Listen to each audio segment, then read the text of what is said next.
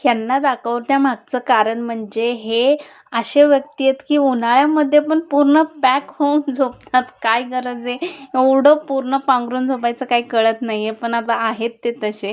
त्याच्यानंतर ह्यांनी येताना गावाकडनं काही आणलं नव्हतं, पण शिक्रापूरच्या ताईंनी थोडंसं सामान दिलं होतं माझ्यासाठी, जे आता मी बनवू शकत नाही, त्यामुळे पापड बिपड अजून पाठवत्या म्हणल्यानंतर. तर त्यांनी सुप्यावरनं येताना सुद्धा खारी आणि नानकेट आणलेलं, कारण आता मला कधीही भूक लागते. तर हे म्हटले की असू दे, जेव्हा भूक लागेल पटकन खायला. आता मी इतकी गरमीमध्ये स्वयंपाक केला होता, म्हणजे सकाळी 8-9 वाजता पण खूप जास्त गरम होतं आहे. मी स्वयंपाक पण करून ठेवलेला आणि फर्स्ट टाईम मी कुकरमध्ये भाजी केली होती, ती पण वांग्याची, आणि खूप छान झाली होती. मी कोणाचं तरी ऐकलेलं त्यात पण होते म्हणून केलेलं. आता हे आणले म्हणल्यावर पहिल्या दिवशी तर खाऊन ट्राय केलंच पाहिजे कसं आहे.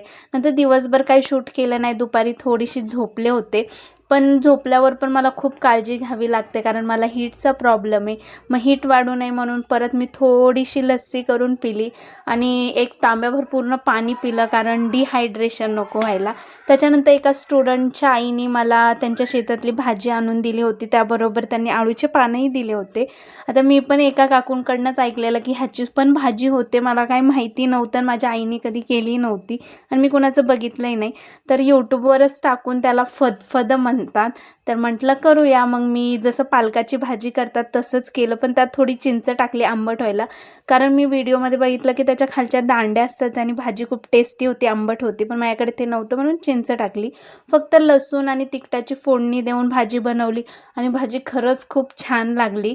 आता असं वाटतं की वड्या सोडून त्या पानांची भाजी करावी. तर ठीक आहे, भेटू नेक्स्ट.